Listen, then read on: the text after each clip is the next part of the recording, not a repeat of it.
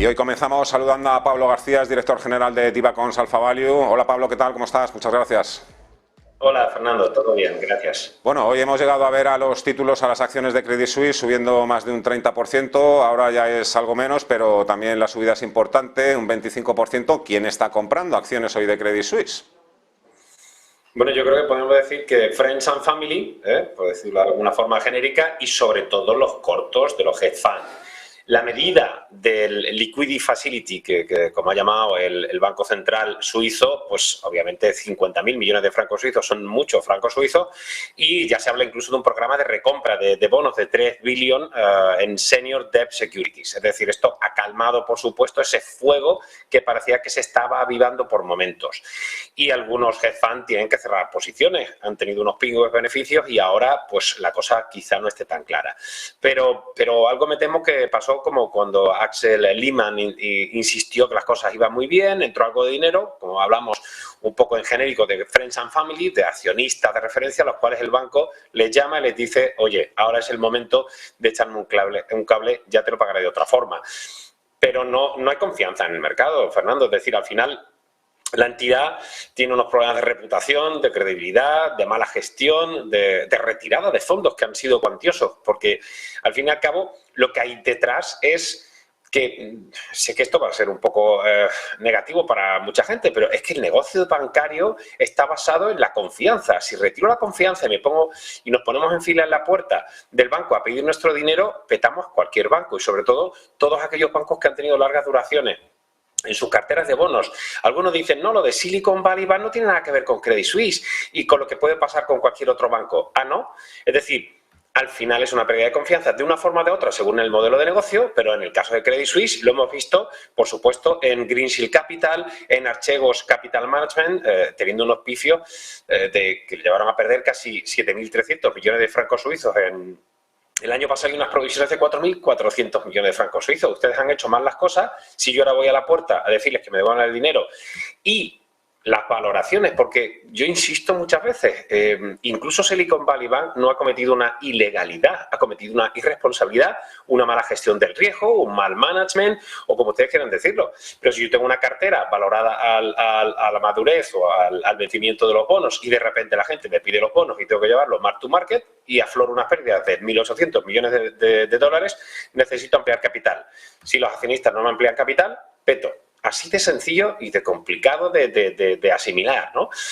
En el caso de Credit Suisse es prácticamente lo mismo. Por eso ese Liquidity Facility, esa facilidad de préstamo, ha insistido el comunicado. La verdad es que es muy curioso, ¿no? Subrayan varias veces de frenar toda la crisis de confianza, de dar liquidez y de que esto no es un rescate. Bueno, llámalo como quiera, no es un bailout, no es un rescate. Entonces, ¿por qué le ponen 50.000 millones de francos suizos para que pueda utilizarlos si los necesita?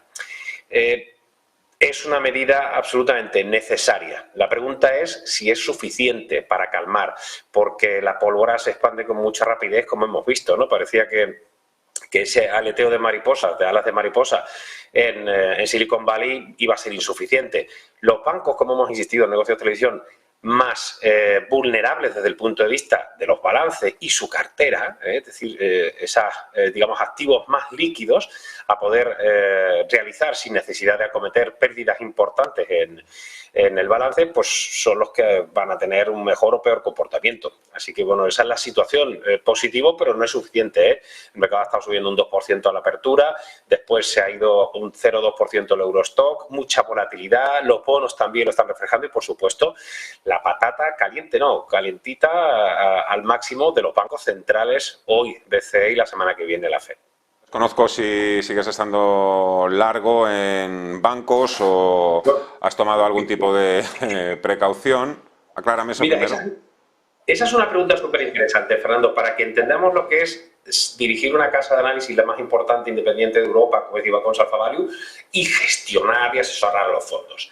Yo estaba largo de bancos, es decir, hemos tenido un año que empezamos con unas fetas altas, que nos cogieron un poco a pie cambiado, y yo tenía posiciones en BNP, tenía posiciones en Santander, tenía posiciones en ETFs. El viernes no llegué a vender, parecía que, bueno, vamos a ver cómo se aclara el panorama, el rescate, llamado como quieran, del fin de semana, parecía que tranquilizaba, y cuando el lunes vi que las cosas no estaban claras, tuve que vender.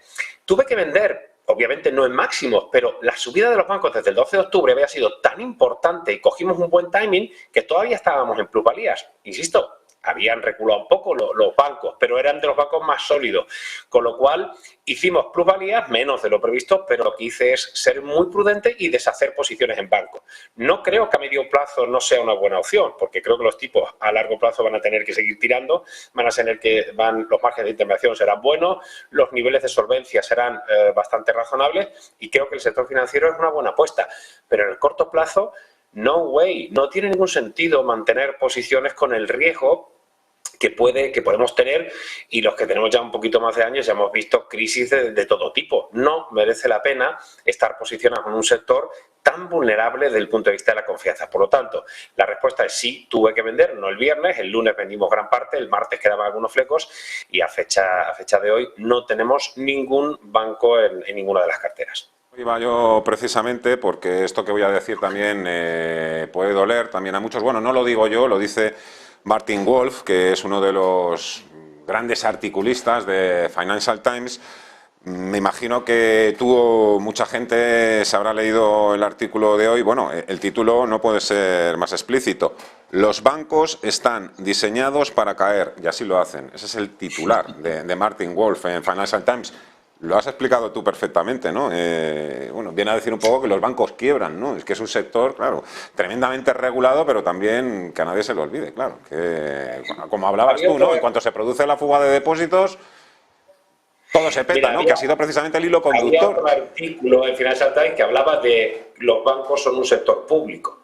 Bien, claro. Porque mientras las cosas van bien, dejamos que sea un sector privado, pero en el momento que las cosas se complican, ya vemos que el efecto contagio ya no solo es el too big to fail, ya que no hace falta ser un banco de gran capitalización.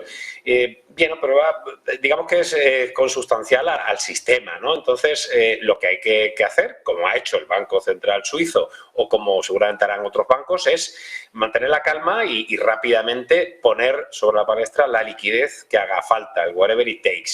Hay algo muy importante, Fernando, y es que yo creo que yo he sido personalmente muy cañero con las mentirijillas del señor Powell, del señor Lagarde, teniendo los cortos apalancados del boom el año pasado que nos dieron cerrar el año con los fondos de renta fija en positivo. Sí, en positivo, poco, 1,06%, pero en positivo. Y ahora lo que estamos diciendo es que la Autoridad Monetaria Europea debería suspender temporalmente las subidas de tipos. Sé que esto no es la mayoría lo que están diciendo esta medida, pero hay que conceder líneas de liquidez al sistema bancario europeo, por lo que hemos comentado, por hacer un poco de cortafuego a la debilidad temporal de confianza. Cuando el fuego esté apagado, entonces será el tiempo de volver a seguir con el camino del control de la inflación y políticas monetarias restrictivas, ¿no? Que, como sabéis, he apoyado sin ningún ambague. Pero no es momento de subir tipos cuando, por otro lado, estamos metiendo de nuevo liquidez al sistema. Y es curioso que algunos analistas reputados digan, bueno, es que, claro, como ya lo dijeron en el comunicado, ahí va. Pero vamos a ver. Se dice en el comunicado y ahora las cosas han cambiado, como incluso se comentaba, ¿no? Hasta que algo se rompa. Bien, pues algo se ha roto, ¿eh? Y lo peor es que puede romperse más. Por lo tanto, mi punto de vista totalmente personal es, tanto el BCE como la FED deben paralizar las subidas de tipos. Y eso no significa que el bicho de la inflación la vayamos a contener, por supuesto que no. Pero hay que tener claro una cosa, como he explicado en muchos ejemplos. Es decir, esto es el que está plantando unos patatas y unos tomates y tienes un fuego que de repente, que no lo esperabas, te viene. ¿Qué vas a seguir plantando las patatas porque tienes que comer? ¿O apagar el fuego porque si no, no va a haber ni patatas ni nada? Entonces, tenemos que apagar el fuego y después seguiremos con el trabajo rutinario de control de la inflación, que es importantísimo. Pero ahora, desde el viernes pasado, que se dice pronto, que es que no ha pasado ni una semana, el panorama ha cambiado. El MOVE, la volatilidad de la renta fija, está en máximos históricos. El VIX cogiendo fuerza, el oro subiendo, Credit Suisse en mínimos históricos y todavía, que ojo, cuidadito, por eso digo que esto no ha terminado. Los CDS, los seguros contra el impago de Credit Suisse, no están cayendo. Es decir, ahora mismo lo estaba mirando, estaban en 900, 1000 puntos básicos, cuando hace un año estaban incluso a 300 y un poco antes en torno a 100 puntos básicos. Oiga, hemos puesto, digamos, han traído los helicópteros, estamos con las mangueras y estamos intentando apagar el fuego, pero el fuego todavía está ahí.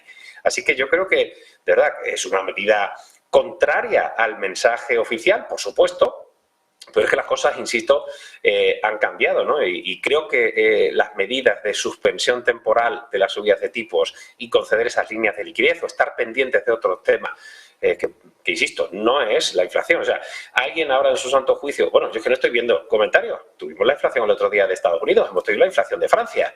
Es decir, y han pasado casi, yo diría casi, por encima, ¿no? Porque hay un tema más importante que atajar, porque como esto se nos vaya, ya podemos estar subiendo tipos, señora Lagarde, que no vamos a tener esas patatas y esos tomates porque simplemente el campo se va a quemar. Así que apaguen el fuego y olvídense de momento de subir los tipos y hacer la política monetaria más restrictiva cuando ahora de momento en el corto plazo, insisto, y solo de manera temporal hay que atajar otros problemas.